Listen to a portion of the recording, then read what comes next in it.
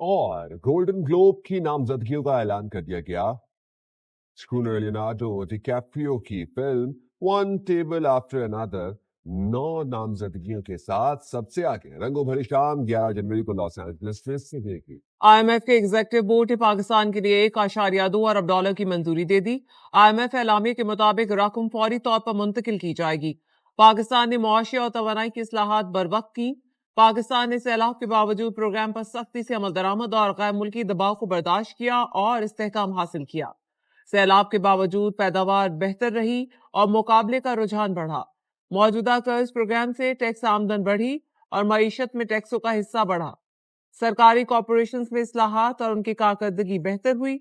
پاکستان میں توانائی کی لاگت میں کمی ہوئی اور یہ شعبہ کاروبار کے قابل رہا۔ مالی سال 2025 میں پرائمری بیلنس معیشت کا 1.3% زائد رہا۔ اسٹیٹ بینک کے زر مبادلہ ذخائر $9.4 ارب سے بڑھ کر $14.5 ارب تک پہنچے۔ توقع ہے موجودہ مالی سال کے اختتام تک زر مبادلہ کے ذخائر میں مزید بہتری آئے گی۔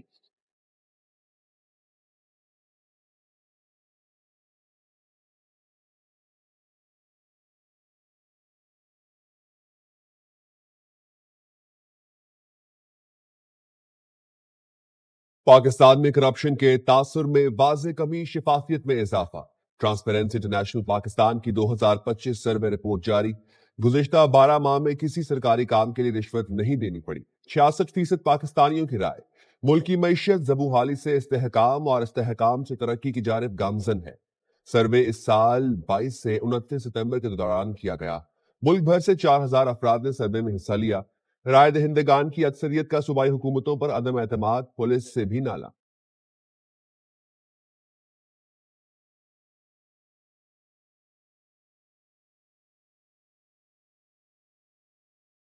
عوام کا اعتماد ہماری سب سے بڑی طاقت ہے۔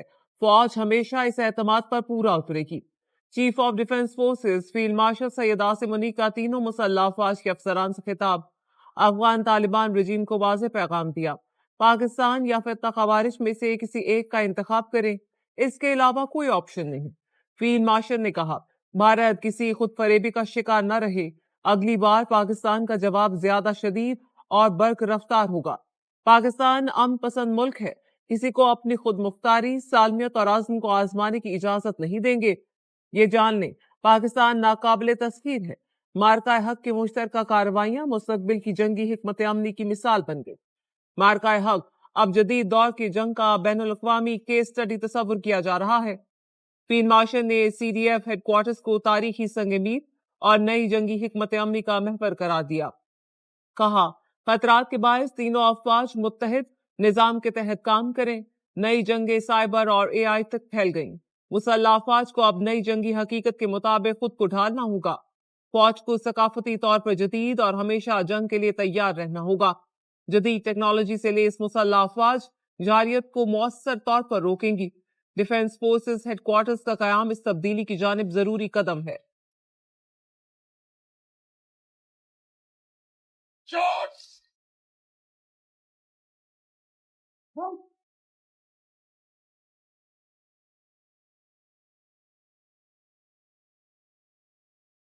مارکہ حق کی کامیابی فیلڈ مارشل سید عاصم منیر کی قائدانہ صلاحیتوں کی مرہون منت ہے۔ ظاہرات کیا ہے کیونکہ ہم خطے میں امن و استحکام کے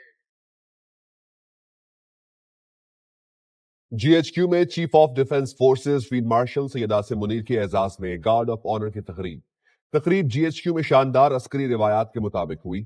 تینوں مسلح افواج کے دستے کی جانب سے گارڈ آف آنر پیش کیا گیا۔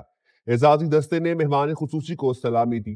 مہمان خصوصی فیلڈ مارشل سید عاصم منیر نے اعزازی دستے کا معائنہ کیا۔ تقریب میں نیول چیف ایڈمرل نوید اشرف، سربراہ پاک فضائیہ air chief marshal Zaheer Ahmed Babar Sidhu سمیت اعلیٰ عسکری حکام نے شرکت کی۔ تقریب میں مارکہ حق کے ہیروز کو ایوارڈز بھی پیش کیے گئے۔ پاک نیوی اور پاک فضائیہ کے بہادر جوانوں کو بہادری پر اعزازات دیے گئے۔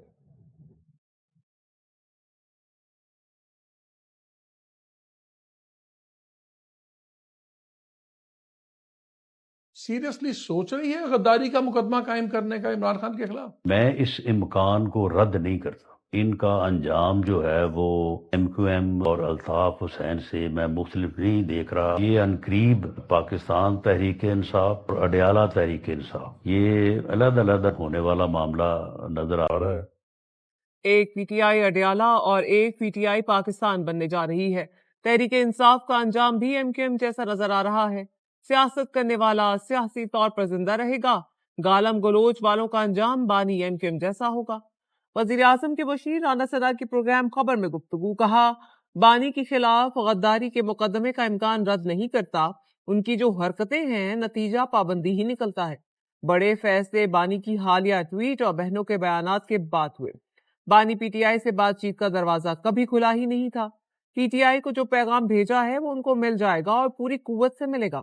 فوج اور سربراہ کے خلاف حد عبور کریں گے تو اسے برداشت نہیں کیا جائے گا. D G I S P R کے بیان کو کسی کا سیاسی بیان نہ سمجھا جائے. ڈی جی نے واضح پیغام دیا، مذاق سمجھیں گے تو نقصان اٹھائیں گے.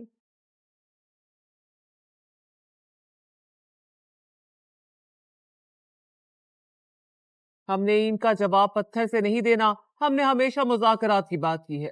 بیرسٹر گوہر کی اجلاس کے بعد میڈیا سے گفتگو. کہا کچھ لوگ چاہتے ہیں ادارے اور ہمارے درمیان غلط فہمی ہو. ہم نے ہمیشہ کہا فوج پاکستان کے دفاع کی ضامن ہے. کہا سیاسی جماعتوں پر پابندی لگانے سے کام نہیں ہوتا، سنجیدہ اپروچ ہونی چاہیے. 2 سال بعد ہم پھر 9 مئی والے مقام پر پہنچ گئے تو یہ قوم کے لیے بدقسمتی ہوگی. اسلام آباد میں صحافیوں سے گفتگو میں کہا بانی پی ٹی آئی سے کل ملاقاتیں ہونی چاہیے، ملاقات پر سیاست نہیں ہونی چاہیے. تناؤ کم کرنے کی ضرورت ہے، اچھی باتیں آنا شروع ہو جائیں گی.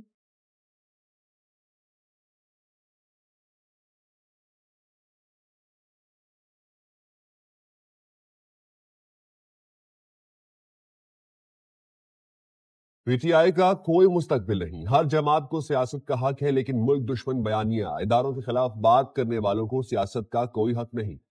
Chairman Peoples Party Bilawal Bhutto کی گورنر ہاؤس لاہور میں پارٹی رہنماؤں سے گفتگو. کہا ضمنی الیکشن میں ایک نشست ہم نے جیتی، ایک ہم سے چھین لی گئی. بلدیاتی الیکشن میں ہمیں فرنٹ فٹ پر آ کر کھیلنا ہوگا. رہنما اور کارکن ابھی سے تیاری کریں.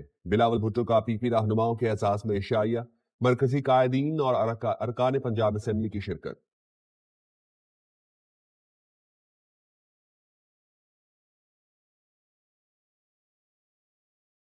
بھگوڑے سابق افسر اور یوٹیوبر عادل راجہ کو ایک اور دھچکا. برطانوی جج کا عادل راجہ کو بریگیڈیئر ریٹائرڈ راشد نصیر سے عوامی سطح پر معافی مانگنے کا حکم. معافی 28 دن تک عادل راجہ کے تمام سوشل میڈیا اکاؤنٹس پر موجود ہو. عادل راجہ 14 دن میں 50,000 پاؤنڈ جرمانہ ادا کریں. اخراجات کی مد میں 2,60,000 پاؤنڈ ادا کرنے کا حکم. اضافی عدالتی اخراجات کا تخمینہ بعد میں لگایا جائے گا، وہ بھی عادل راجہ کو ادا کرنا ہوگا. عادل راجہ اکتوبر میں حد تک عزت کا مقدمہ ہار گیا تھا. لندن ہائی کورٹ جج نے فیصلے کے خلاف عادل راجہ کی اپیل بھی مسترد کر دی. جج نے آئندہ حد تک آمیز بیانات نہ دہرانے کا حکم امتناع بھی جاری کر دیا. بریگیڈیئر ریٹائرڈ راشد نصیر نے اکتوبر میں سنائے گئے فیصلے پر آرڈر جاری کرنے کی استدعا کی تھی. فیصلہ سننے کے لیے بریگیڈیئر ریٹائرڈ راشد نصیر خود عدالت میں موجود تھے. عادل راجہ نہیں آیا. جج رچرڈ سپیئرمین نے حکم دیا عادل راجہ فیصلے کا خلاصہ نشر کریں. بتائے الزامات حد تک آمیز تھے. عادل راجہ حد تک آمیز الزامات کے اعتراف میں یہ بھی بتائے کہ بریگیڈیئر ریٹائرڈ راشد نصیر مقدمہ جیت گئے.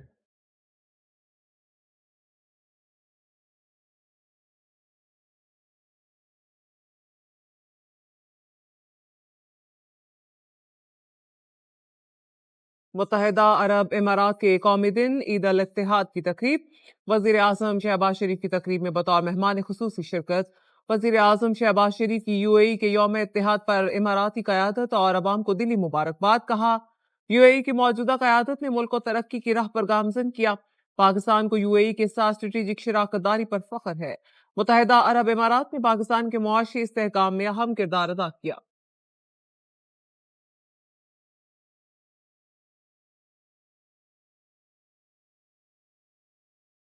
بھارت کی پھر آبی دہشت گردی. دریائے چناب میں اچانک پانی چھوڑ دیا. 24 گھنٹے کے دوران ماری کے بہاؤ میں 56,000 کیوسک کا اضافہ ہوا. اریگیشن حکام کا کہنا ہے ہیڈ مرالہ پر پانی کی آمد 63,000 کیوسک سے تجاوز کر گئی.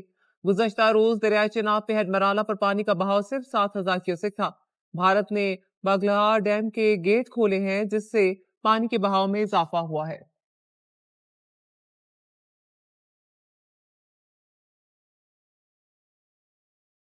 فوڈ ٹرانسپورٹ جو ہے جس میں مختلف جتنے چیزیں آ رہی ہیں ہم اس کو کال آف کر رہے ہیں.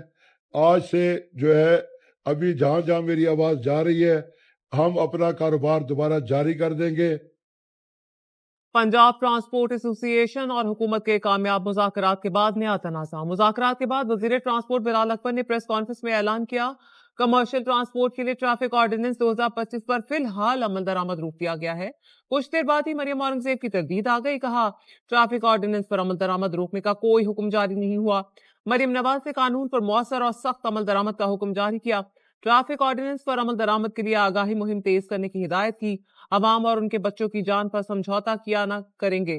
پنجاب پبلک ٹرانسپورٹ کے مختلف دھڑوں نے تاحال ہڑتال ختم کرنے کا اعلان نہیں کیا. راولپنڈی کی تنظیموں نے ہڑتال جاری رکھنے کا اعلان کر رکھا ہے.